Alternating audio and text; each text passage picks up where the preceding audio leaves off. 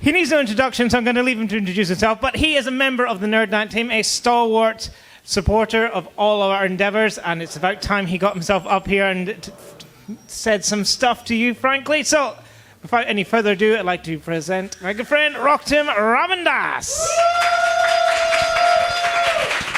Quiet, please. Thank you. Hi, I'm Rocktim, and I've been part of this Nerd Night since 2019. And so we always have issues finding speakers, so this time I volunteered to fill up the space. So thank you for coming, everyone. I hope you like the tacos and your beer. So today I'm going to talk about the power of silence. So I have been doing mindful meditation and meditation for almost two years now. And I figured out that silence is a very quietness, or silence has a lot of power to do with it. It's like it can shape you. So this will be a little bit interactive kind of a presentation. So please feel free to ask me questions. Feel free to slow me down. I speak a little faster. If you cannot follow me, slow me down. I'll be happy to answer your questions or your doubts. So yeah, and this is a mindful meditation. Is for everyone, I'm not trying to enforce it because it has originated from East Asian cultures, from the Indian, Tibetan cultures. So I'm not trying to enforce any kind of a religious belief, but yeah, just enjoy today's my talk. I hope you like it. So how do you think a person who embraces quietness or meditation looks like? Like Rocktim. Yeah. Yeah. So this is me. I am a frontman of a death metal band, and so you will not expect a death metal guy to talk about meditation. But yeah, so over the course of time, we have, some of my friends have realized that we cannot make extreme metal music 24/7. We need some peace of mind. We need some quietness. So if I am talking about meditation, I think other people they will embrace meditation. So what is meditation? So it's a process and exercise that makes you calm and makes you attain peace and tranquility. So we actually need a lot of peace nowadays because there's a lot of things going around with the many war and also. Hopefully meditation will help you calm you down, and since we are always into a lot of information, we need some time to recharge ourselves. So this is a very active field of research, so there are many citations or references you can follow if you want to learn more about this topic. So I'll be talking about history of meditation. There are a lot of types of different kinds of mindful exercise, the benefits, and we can do some small exercises if you guys can follow me up through a guided meditation scheme. So it originated in India. It's actually from the Tibetan Burma region. I'm from that area. It's originated in 6th century. And Japan is very famous for Zen meditation. I think everyone knows about Zen meditation. So Zen actually originated from Sanskrit word known as dhyana. Sanskrit is a very old Indian language, one of the oldest. And dhyana means means sit quietly and focus on something. This is a part in South India which is famous for meditation. It's in Pondicherry, if you want. They have a very big area for people who go and want to attain some kind of tranquility in life. It's again a reference. So it originated from that part of India and then eventually spread. It went to China, it went to Tibet, then it came to Japan, it went to Indonesia, Thailand, and it's spreading across the world now. So yeah, influence in Japan, this has a lot of influence, the culture, East Asian. So the company Canon, it's famous for making cameras. It's actually a Hindi word, a Sanskrit word. And these are some of the gods, I would say some Indian mythological gods which have found a place over the course of time in this Japan. So there are 9 types of meditation, 9 different types. It goes to a very extreme advanced level. I'm not talking about any of that. I'm just talking about mindful meditation and breathing meditation. So breathing is something we are doing 24/7. I mean, whole your life from the day you are born till the day you die, you will be breathing. So if we give some time every day to ourselves to think about the breathing, I think we are doing some justice because we kindly take it for granted. But if you don't breathe for 1 or 2 minutes, you are kind of done. It's like, it's over. So yeah. But we are not doing justice. We are always rushing around doing research and job and this and that. But eventually, this is something that keeping us alive. Like we are breathing. Like so, when you do that, at least you release a lot of stress, right? Sometimes when you're very stressed, you're like, can you guys do it with me? How do you feel? You're happy, right? You're like, feel good, yeah. So it has a lot of power, actually, and we kind of underestimate the power of breathing. So because when you see in any kind of situation, when you fall, if you're stressed, your breathing changes. If you're anxious, your breathing changes. If you're relaxed, your breathing changes. So if you can control this breathing, you can actually control a lot of things in life. And maybe you can turn around the circumstances you're having. So the benefits are you can have a calm mind. It helps you to stay in the present. So nowadays, the problem we are having that, like someone said something to us, and we keep thinking about it whole day, like, and whole our day and goes. So we are unable to stay in the present. Like this person, he or she told me like this, why, and like we are stressed about it. So this meditation will help you to stay in the present. It enhances your level of happiness, and it's your self-control, focus, and self-confidence, focus, and self-control. So you will have more control over yourself. Like if someone shouts at you, you will not react very fast. You'll like, okay, fine.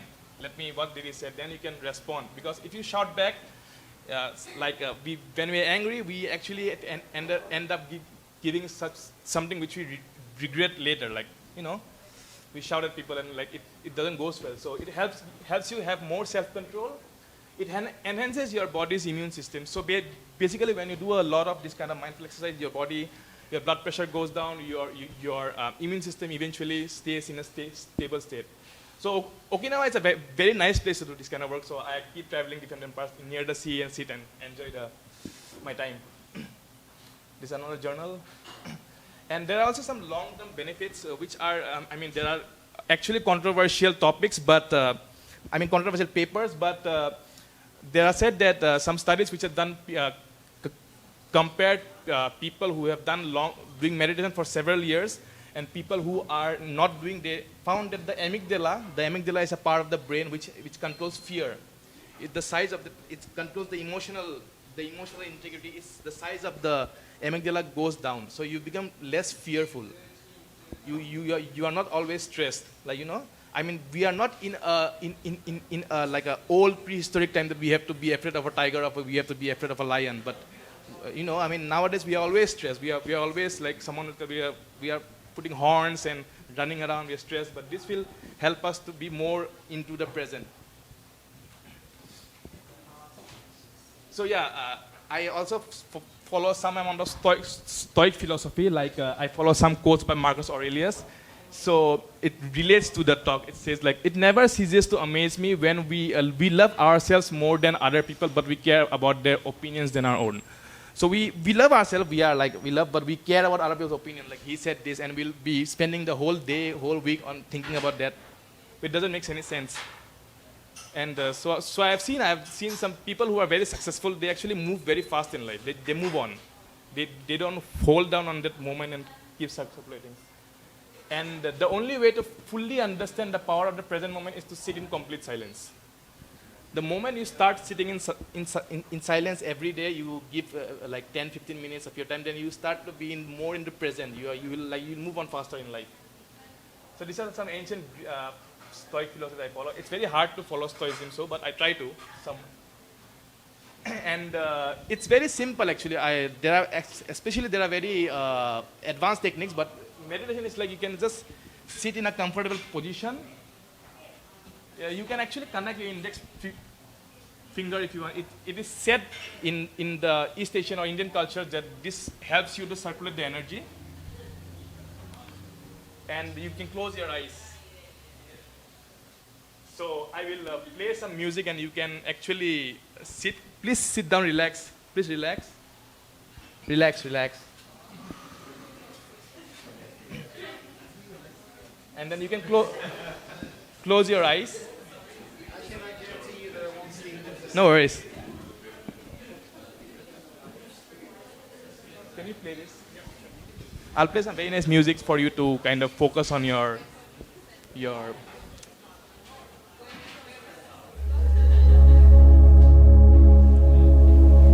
can basically close your eyes.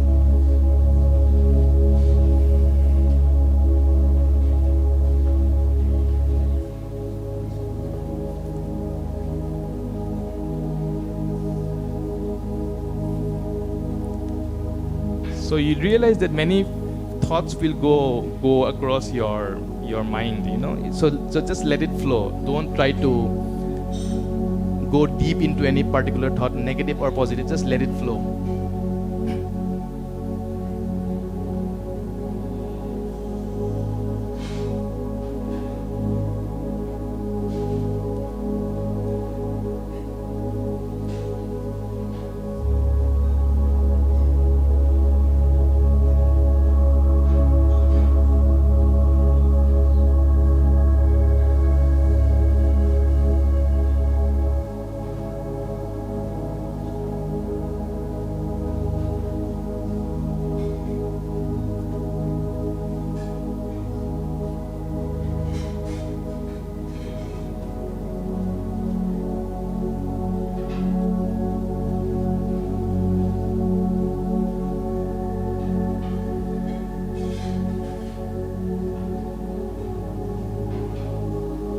Now slowly try to bring your focus to your breathing. You breathe in, you breathe out. You try to focus on that every breath that goes inside you goes to your lungs and then goes out.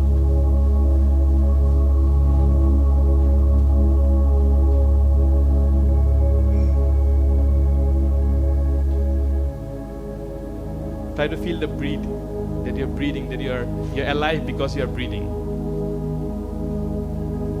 Nothing else matters, only the breathing.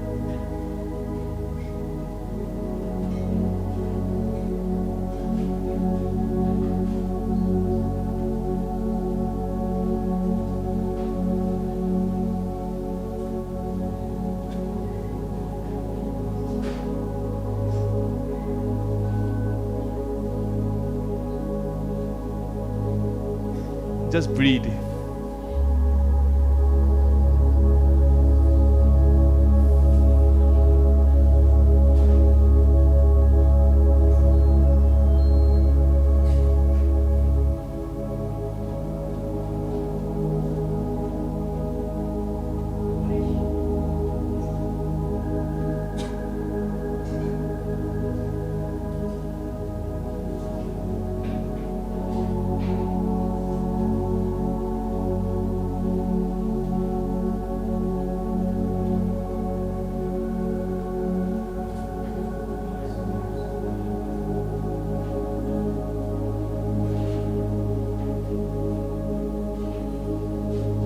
Just try to focus on your breathing.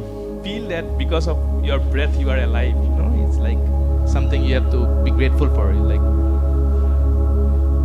you breathe in, you breathe out.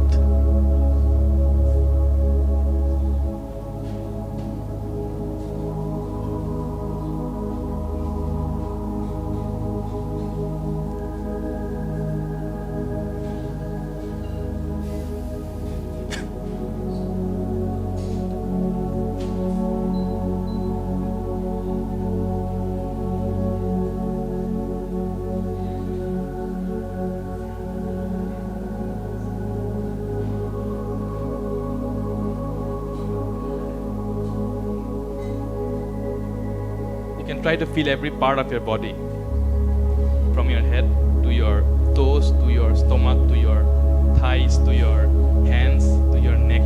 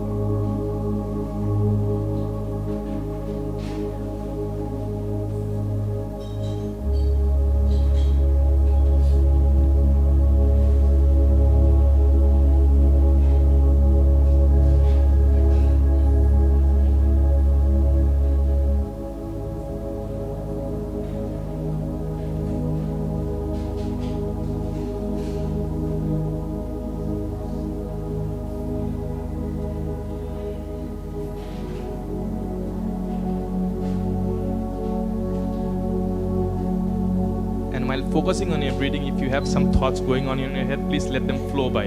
Let it flow. Don't indulge into that too much. Just let it flow.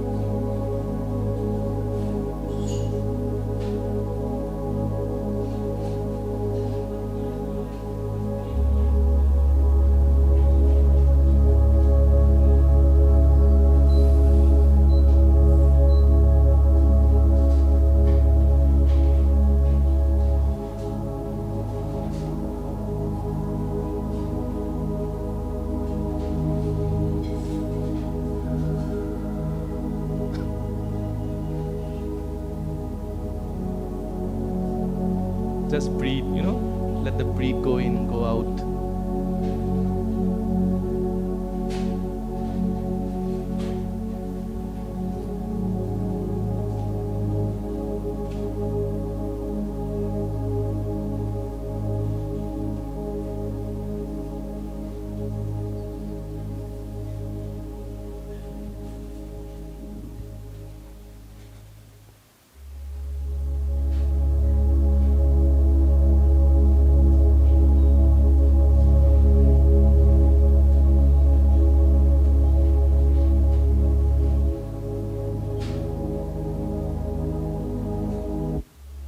Okay, you guys can open your eyes slowly.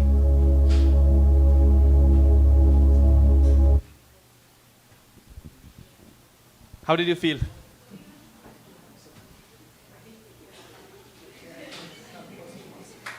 I saw some people still drinking their beer, and that's fair enough.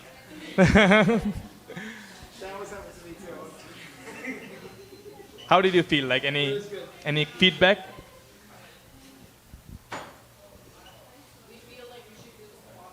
Right.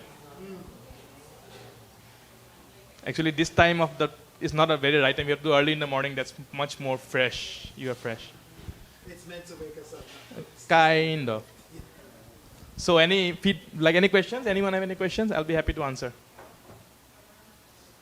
Yes. How long do you recommend doing it? We can start with 5 minutes, 10 Okay. minutes, enough. I heard that you're supposed to have like some focal image in your mind while you meditate. Is that true? There are different types of meditation, There are something known as mindful meditation where you let your thoughts flow by. There are something you focus on your breathing. And if you want to learn more, you can explore more. There are many types of meditation out there. It's a very ancient practice. Any other questions on the subject of meditation? Yes. How did you decide to get? What got you into meditation? It's a long story. Maybe we can talk later. But yeah, it The short version. kind of. I was very anxious with my PhD. I get stressed out. I used to react I was very scared or like I reacted very fast. Like I was very angry kind of guy. And like if someone gives me some comment, like constructive comment, I will give him back. Like you give me, I'll give you back. That was my attitude. But then I realized that this is not the way. This is not how the world runs. No, like I am not the center of the world. So then I started. Then eventually I realized, it's okay. Yeah. Then I listened. I worked on it, and then it eventually worked out. Like I've been doing it for the past 2 years now, and like I plan to continue.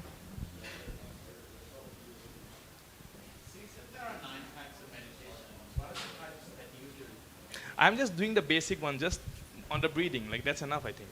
I mean, if you want to do other advanced form, I suggest you have some guide or some professional guide, because there are some specific ways you have to do. You cannot just do it just like that. Right. Can you name the 9 types of meditation? There are there is one known as Anapana, which is a different kind of breathing exercise, and there are some meditation we go for 9 to 10 days or months. You have to do like this, like that. You're coming from India. Right. Traditionally, how does yoga connect with meditation in your experience? Yoga is a part of a exercise to flex your body, and it's actually a part. It's like a mix. I cannot say how. I actually don't know the details, to be honest, because I've not studied it. But maybe before doing yoga, people do a lot of meditation. Then they get a clear mind. Then they start doing the exercise or whatever. A timid hand at the back there.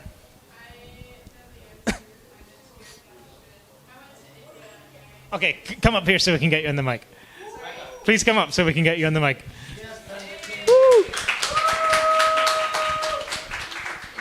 There's Ashtanga, the 8 limbs of yoga, and one of the third branch of Ashtanga is asana, which is the sitting positions, which is kind of yoga, and it's basically movement and meditation, so it prepares you for the next stages of meditation afterwards.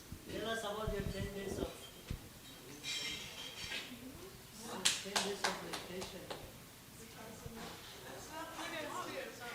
We've got a lot of meditation experts in the house tonight. It's going to get ugly. Or very calm, one of those Thank two. you, Aika. Any more questions? One up here. Have you looked at those like meditation and mindfulness apps on Not yet, but there. What do you think of meditation and Yeah, mindfulness there, apps? There are some good options which can guide you through if you want to actually learn it. But I have not looked into it. Yes, but there are there though.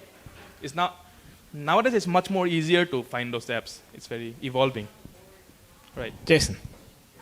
Any forms of meditation where you don't close your eyes or you don't sit still? Are there any forms of meditation where you don't close your eyes and sit still? I mean, you can meditate in any form you want, whichever is comfortable for you. You know. I mean, like even some for you, if you like reading, reading might be a meditation for you.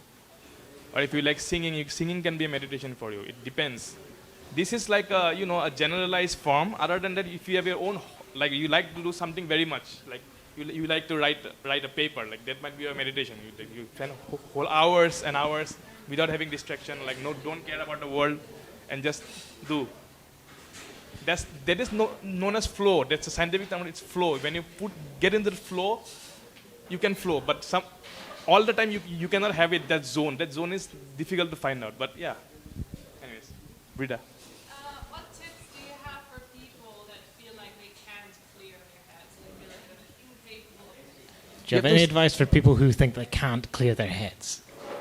Well, you are starting from a very pessimistic point, right? You already have your mind. I speak from experience. Right. So Like you said nothing else matters, and I was thinking of Metallica. yeah, I know. I was fine until you said nothing else matters, and then it was gone. Even I was thinking about Metallica when I told that. Right. Can Metallica be meditative? Depends if you are metalhead. Yeah, for me, death metal is a very medicative thing for me. I mean, which is extreme from a music. I'm a death metal. I sing death metal, so I know. I growl. So yeah, but if you want to start slow, you have to start slow. Actually, you have to keep it slow. You cannot just like I have known people who meditate once a week, 30 minutes just once, and then they leave. It doesn't work like that. It's a very consistent process. It builds up over the course of time. 2 minutes, 3 minutes, 2 minutes, 1 minute, like that. Slowly it will grow. Then only it will happen. Like a muscle, yeah, like a muscle. It's a habit you got to form. Yeah. I had one question coming down the front now. Yeah, so I have good friends who they do yoga several times a week, and once they develop the practice that they're familiar with, the moves that they put together for that specific practice of yoga, that they find to be a kind of meditative experience. And I'm thinking about that, and also wondering for people who do certain kinds of work with their hands, like crafts or making things, that once they've done it so many times, they say, I can do this in my sleep, I can do this with my eyes closed, that they also sometimes refer to it as a meditative experience. So do you think that that's a little similar? Is it very different? Does it have some of the same effects? What do you say? That is known as flow. It's a scientific term known as flow. When you love doing something and you completely get immersed and you forget about, because the time flies very fast when you are in that zone. That is known as flow. There's a psychology term in that. Like I did that a course, a month-long course in positive psychology by University of Pennsylvania. It's actually offered to the Marines here also in the US. It was developed for them because they have a lot of PTSD issues, like to deal with that kind of issues. And there is something known as flow, and that is hard to come by. But if it comes, it goes. It's flow basically. Is meditation flow? It is meditative. Meditation, if you do every day, you'll get a hang of it.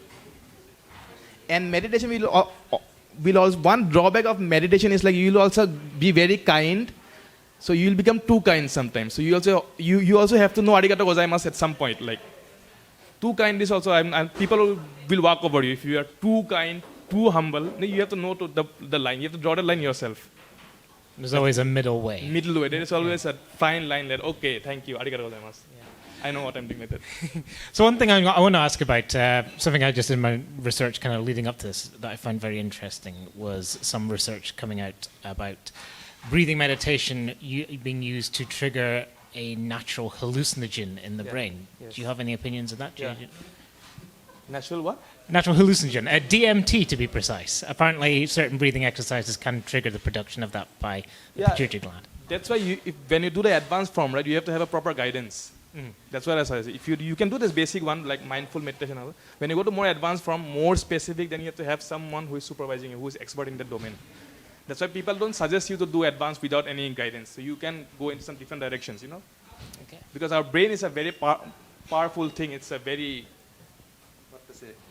flexible. It's a flexible thing. You can actually, because you are playing with your brain actually. You focus, right? So you need to have some guidance when you go to a higher level if you wish to. Or it can go sideways. Kind of. So many exciting directions to go in. So ne. Okay. Any more questions for the room? Are we all? We have one. Very related to what you just asked, but historically speaking, is there like an association between meditation and the use of substance to help motivating? Or is that Is there any similarity or association between the state of meditation and the states that can be achieved through maybe less than illegal substances? There is, I don't know it's legal or illegal, there is something known as ayahuasca. Ayahuasca is, I think, a kind of a mushroom. It's, I don't know which part. It's a root of a mimosa plant, if I remember correctly. It's a root of a plant. You can get to a meditative state by having that ayahuasca. It's actually a guided process. You cannot just, and it actually unlocks certain parts of your brain which generally is locked. That is one thing. If anyone has done also, I don't know, but yeah. Well, we are getting far out, my friends. So anyone else before we kind of wrap this up? No? Okay, well, rock on, everybody, and thank you very much, Rocktim. Thank you.